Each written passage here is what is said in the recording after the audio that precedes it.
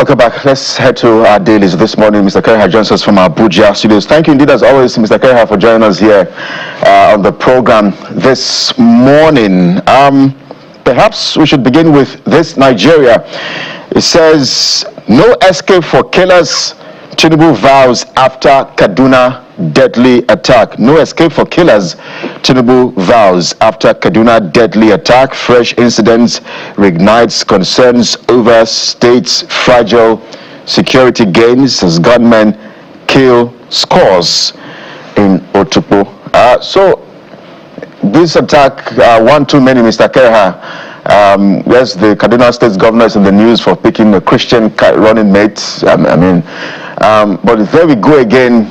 Another attack in Kaduna State, and then, of course, in Otukpo as well, and some that may perhaps even go under the radar. Mr. Keha. Oh yes, it's another sad day for every Nigerian.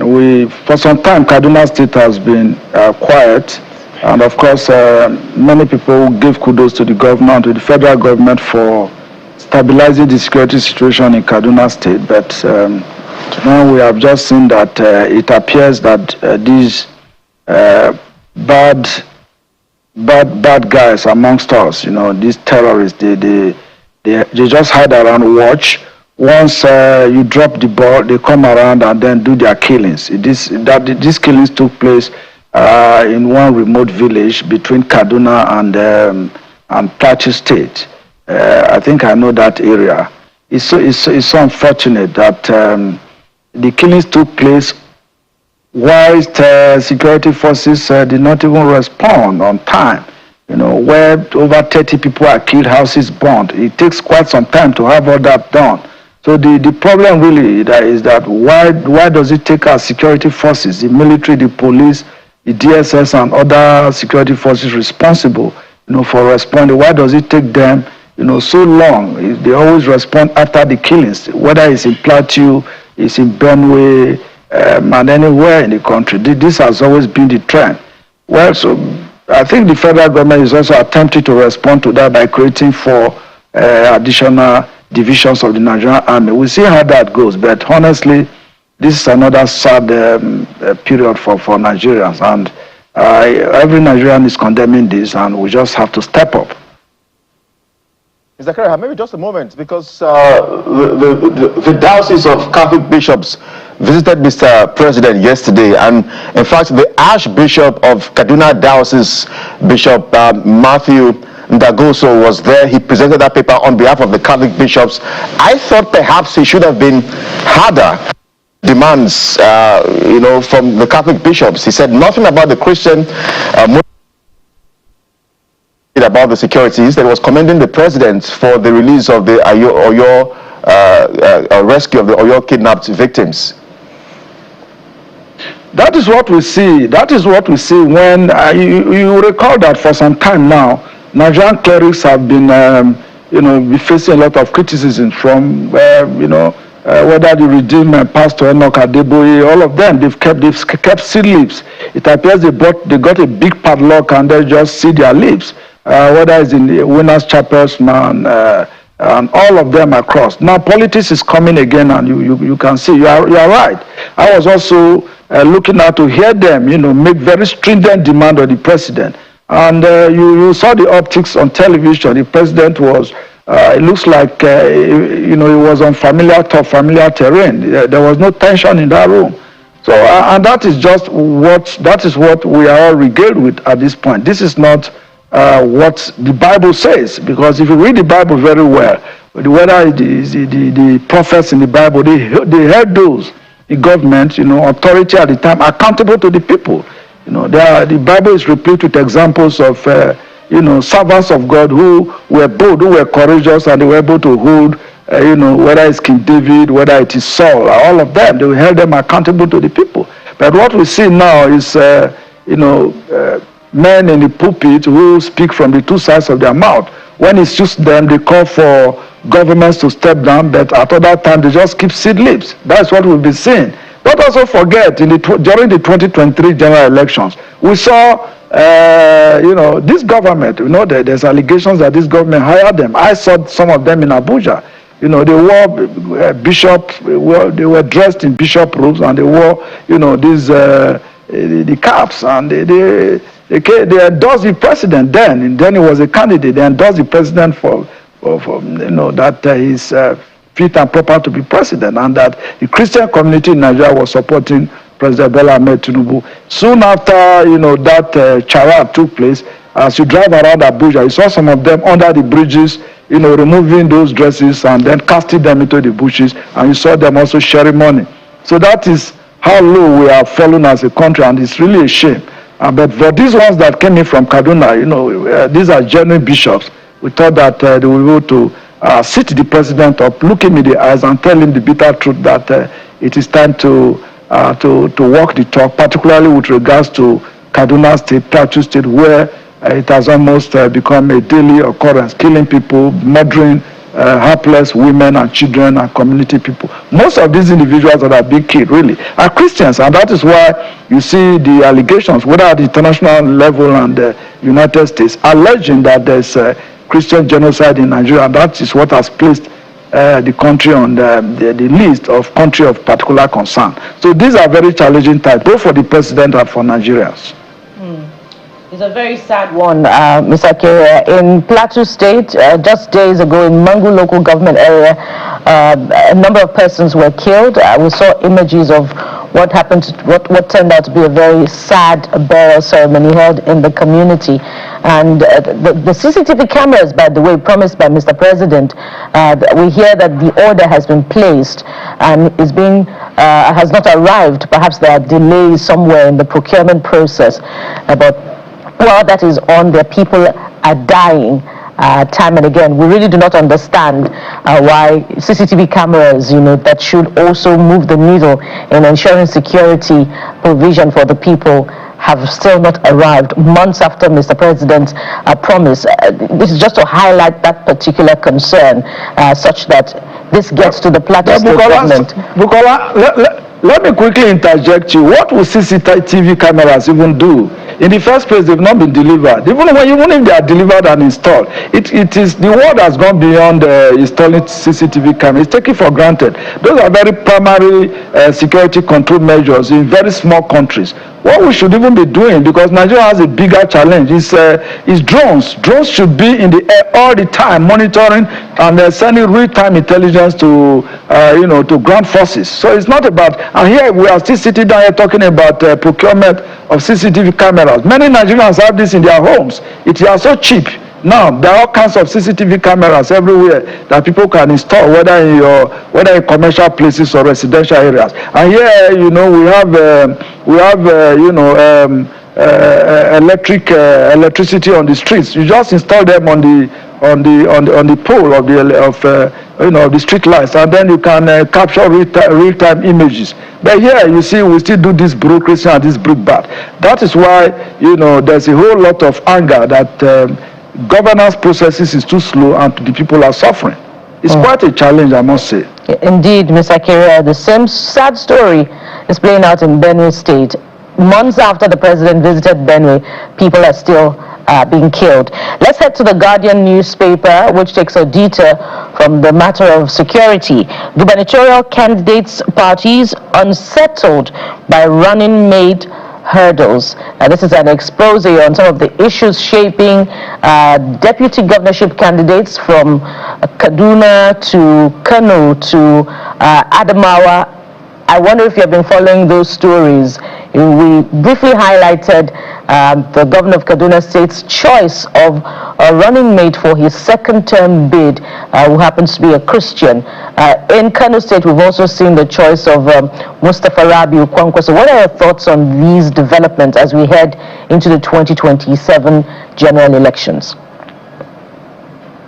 Well, I think most of the political parties are simply responding to the sensitivity that is being expressed by Nigerians. The Constitution expressly states, you know, I think in chapter 10, I'm not a lawyer, that Nigeria is a secular state and that must be preserved. So I think many of these governors are simply, particularly in states where you have an admixture, a combination of Christians and Muslims. Many of these political parties, the governors particularly, are trying to strike a balance so that they can win the elections. In the case of Kaduna State, where Governor Obasani has picked Jerry Adams as his running mate, that is gaining a whole lot of applause. Many people are applauding that, the decision of the governor, because before now, former governor of Kaduna State, El-Rufai, introduced the Muslim ticket. I think that was that time there was a whole lot of condemnation. So if you look at Kano is one of the biggest cosmopolitan towns in Nigeria, where you also have where you have majority Muslims in Kano State, but you also have a sizable number of Christians, particularly the Igbos and Southerners who are doing businesses in Kano. And so I think the consideration for inclusivity during the voting next year is part of the consideration. Adamawa State, you have dominance of Christian population in that state. So I'm sure that the whole idea is to try and balance the equation so that you have a Muslim and a Christian on the ticket, and so that you can carry the two major religions along. But the interesting part of this is that the assumption is that you only have Muslims and Christians in Nigeria. We also have people who don't even subscribe to these two major religions. We have animists, we have vegetarians, we have the traditional non-orthodox practitioners. They are also growing in numbers. So, but basically, I think it is because of the large population of these two religions, Muslims and Christians, that most of these governors are considering in picking their running mates.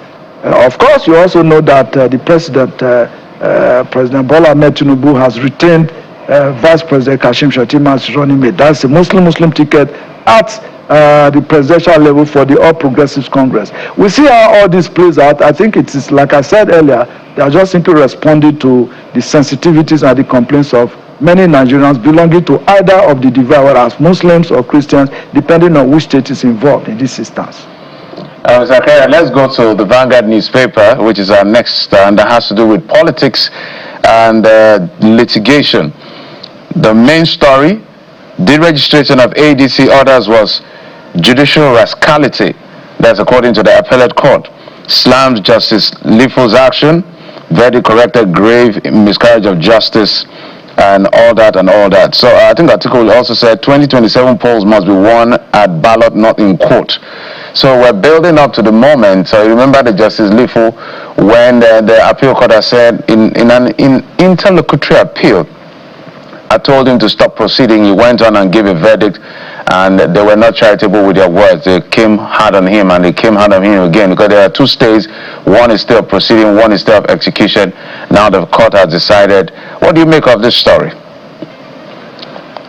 Well, that report, the judgment came out on Monday, and that was really widely celebrated by, again, many Nigerians who have held their breath. Because if you look at what has happened, if the ADC, which is one of the emerging, big political parties, is deregistered along with the Action Alliance, the Zenith Labour Party, Accord Party, because those were the ADC and four other political parties that are involved in this. In May this year, that is when Justice Peter Lifu, May 15, I guess, that was when he gave the judgment.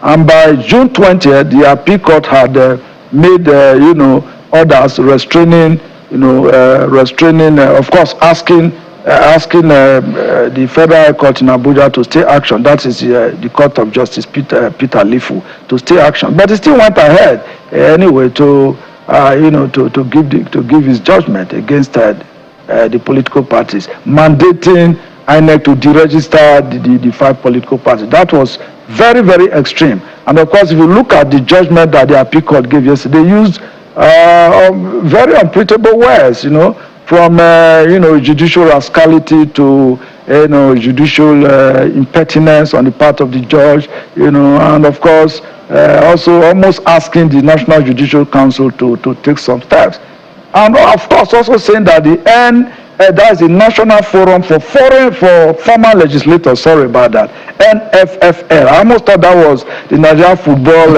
Association, Nigerian Nigeria Football League, NFFL. I haven't even heard of that before. And the Court of Appeal described the NFFL as a non-juristic body. In the first place, that the suit was incompetent. And if you look at Section 255A of the Nigerian Constitution, on which Justice Peter Alifu premised his judgment, he talked about it gave a litany of legal procedures to qualify for a political party. It's either you win as president, a governor, senator, House of Reps, councillor, just win one seat, and then you are qualified to exist as a political party. Even when Justice Alifu's attention was drawn to, the clear provisions of that section of the law, and of course the appeal court has rightly noted that he ignored that and still went ahead to give that very obnoxious and condemnable judgment as it is now. So I think this is victory for democracy, as Atiku and Mark rightly hailed the judgment yesterday. And of course it's a big relief to the governor of Osun State, who has moved from the People's Democratic Party to the Accord Party. And of course the election is going to be August 15 this year, just barely 1 month away. So you can see what that would have cost Osun State if the appeal court had not intervened in the manner that it did. It just simply restored some kind of judicial hope to Nigerians who believe that the courts are indeed the last hope of the common man, or anybody who feels offended one way or the other, that if you approach the court you can get justice. This is a breather. It has just given some relief to these 5 political parties, and it is good for our democracy. I've always said that we need to have plural political participation. We need to have inclusive political participation in this country, so that the more the merrier, so that people can have choices to make in the crucial elections coming up next year, early next year.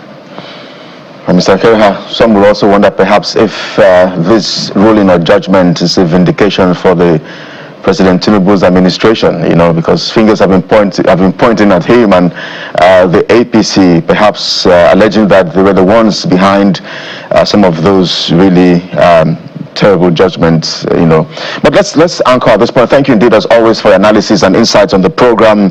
Igwe Kereha is a member of Nigerian Guild of Editors. Thank you as well for your program, for time on the program this morning. Yes, good morning. I wish you a pleasant outing today.